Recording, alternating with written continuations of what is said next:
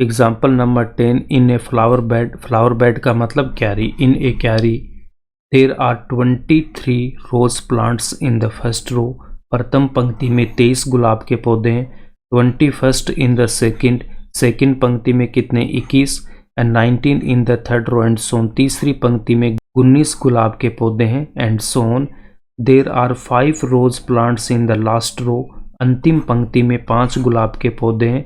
How many rose are there in the flower bed. तो क्यारी में कुल कितनी पंक्तियां। यहाँ पे देखो गिवन क्या आपके पास में, अगर मैं क्यारी की बात करता हूँ तो क्यारी में आपके पास में यहाँ पे देखो, इसको हम क्या बोलते हैं फर्स्ट रो, इसको मैं क्या बोलूँगा फर्स्ट रो या फर्स्ट पंक्ति।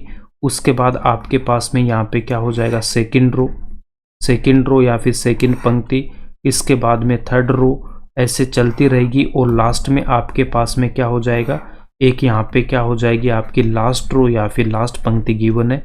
और हमें यहाँ पे क्या इन्फॉर्मेशन गिवन है कि आपके पास में जो फर्स्ट रो है उसमें कितने आपके रोज प्लांट्स है 23 गुलाब के पौधे। तो फर्स्ट रो में कितने 23 आपके गुलाब के पौधे। ठीक है, ऐसे ऐसे करके ये यहाँ पे पेड़ लगे हुए हैं। तो फर्स्ट में कितने आपके पास में 23, सेकंड में आपके पास में क्या दे रखा है सेकंड रो में कितने 21, तो सेकंड में कितने हो जाएंगे 21 और थर्ड में कितने 19 और इसके बाद लास्ट में आपके पास में कितने 5 गुलाब के पौधे। ठीक है, तो यहाँ से हम इसको क्या लिख सकते हैं, तो हमारे पास में जो लिस्ट है वो क्या आ जाएगी 23, 21, 19 एंड सो ऑन। यहाँ पे लास्ट में कितना दे रखा है 5 दे रखा है। अब यहाँ से हमसे क्या पूछा है, हमें पूछा है कि how many rose are there in the flower bed.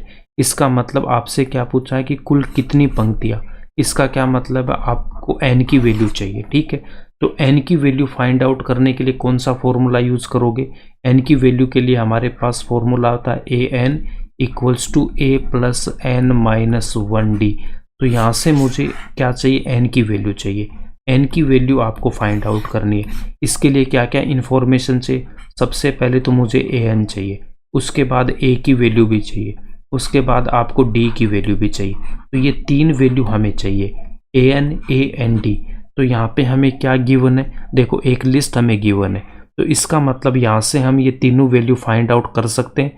तो इसको मैं यहाँ पे क्या लिखूंगा a1 a2 a3 सोन। यहाँ पे कितना हो जाएगा an, या फिर इसको हम लिख सकते हैं लास्ट टर्म को l से भी लिख सकते हैं। ठीक है, ये फॉर्मूला आपका सेम होता है। आप चाहें तो an equals to a plus n minus 1d लिखो, या फिर अगर आपको लास्ट टर्म गिवन है तो l equals to a plus n minus 1d। यहाँ से आप में लास्ट टर्म गिवन है तो हम इस लास्ट वाले फॉर्मूले को यहाँ पे लगा सकते हैं। ठीक है, तो फॉर्मूला हमारे पास क्या आ जाएगा l equals to a plus n minus 1d। और यहाँ पे ये जो l है वो क्या हो जाएगा आपके पास में लास्ट टर्म, l क्या हो जाएगा लास्ट टर्म, या फिर हम इसको क्या बोलेंगे अंतिम पद बोलेंगे।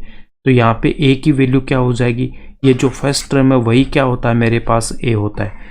तो यहाँ से आपके पास में जो फर्स्ट टर्म है उसकी वैल्यू क्या हो जाएगी a equals to a1 equals to first term equals to कितना हो जाएगा 23। तो आपके पास जो प्रथम पद है उसकी वैल्यू कितनी आ गई 23 आ गई। ठीक है, उसके बाद हमें क्या चाहिए था, यहाँ पे l की वैल्यू कितनी है 5, l इक्वल्स टू कितना हो जाएगा l इक्वल्स टू आपके पास में 5 है। इसके बाद यहाँ पे d की वैल्यू फाइंड आउट करेंगे तो d equals to a2 minus a1। तो a2 की वैल्यू यहाँ से कितनी आएगी 21 एंड a1 की वैल्यू कितनी यहाँ पे 23। तो a2 की वैल्यू यहाँ पे 21 माइनस एंड a1 की वैल्यू 23, तो यहाँ से कितना आएगा माइनस का 2। उसके बाद a3 माइनस a2 की वैल्यू फाइंड आउट करेंगे तो a3 की वैल्यू यहाँ पे कितनी है 19 एंड a2 की वैल्यू कितनी है 21।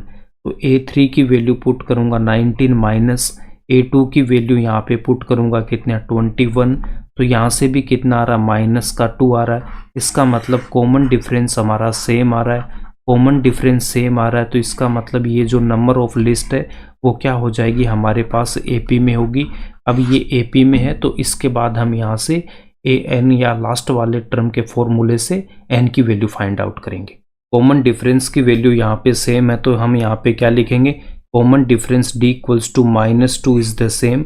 सार्वअंतर समान है, therefore given list of numbers are in AP। दी हुई संख्याओं की सूची एक AP है। तो यहाँ से देखो आपके पास में लिस्ट क्या आती है 23 उसके बाद 21, उसके बाद यहाँ पे 19 और लास्ट में कितना गिवन था आपके पास, यहाँ पे 5 गिवन है।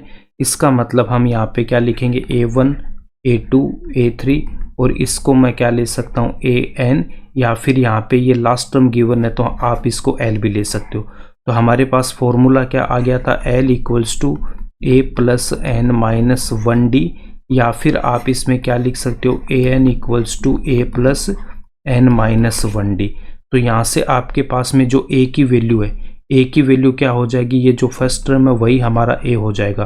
तो A इक्वल्स टू कितना हो जाएगा 23, उसके बाद में D की वैल्यू कितनी है -2, और उसके बाद आप चाहो तो L इक्वल्स टू यहाँ पे 5 ले सकते हो, या फिर AN इक्वल्स टू हम 5 ले सकते हैं। तो अगर मैं L इक्वल्स टू 5 लूँगा तो इस फॉर्मूले को यूज करूँगा, 5 equals to 23 plus N minus 1 into D की वैल्यू यहाँ पे 2 पुट करेंगे। अगर आप इस फॉर्मूले को यूज करोगे यहाँ पे, तो यहाँ पे इसकी वैल्यू पुट कर देना, 5 इक्वल्स टू A की value 23 plus N minus 1 and D की वैल्यू यहाँ से कितना -2। अब हम यहाँ पे इसको सोल्व करेंगे, तो ये जो 23 है इसको मैं LHS में लेके जाऊँगा, तो यहाँ से कितना आ जाएगा -23 इक्वल्स टू N माइनस 1 और इंटू में -2, तो यहाँ पे 5 -23 तो -18, N minus 1 into -2। Next step में इस -2 को इस तरफ लेके जाऊंगा तो इसके डिनोमिनेटर में आएगा, और यहाँ से जब इसको हम सोल्व करेंगे तो माइनस से माइनस कैंसिल आउट होगा, 2 से कैंसिल आउट करूँगा तो यहाँ पे कितना आएगा 9, then 9 equals to N minus 1, तो N की वैल्यू यहाँ से फाइंड आउट करेंगे तो 1 को इस तरफ लेके जाऊँगा तो प्लस, तो यहाँ से N की वैल्यू कितनी आ जाएगी आपके पास में, N इक्वल्स टू 10 आ जाएगा। इसका मतलब जो नंबर ऑफ रोज है वो कितनी हो जाएगी हमारे पास में, 10 हो जाएगी। N इक्वल्स टू 10 आ गया तो यहाँ पे हम क्या लिखेंगे, so there are 10 rose in the flower bed, अतः फूलों की क्यारी में 10 पंक्तियाँ हैं, और यही इसका आंसर हो जाएगा।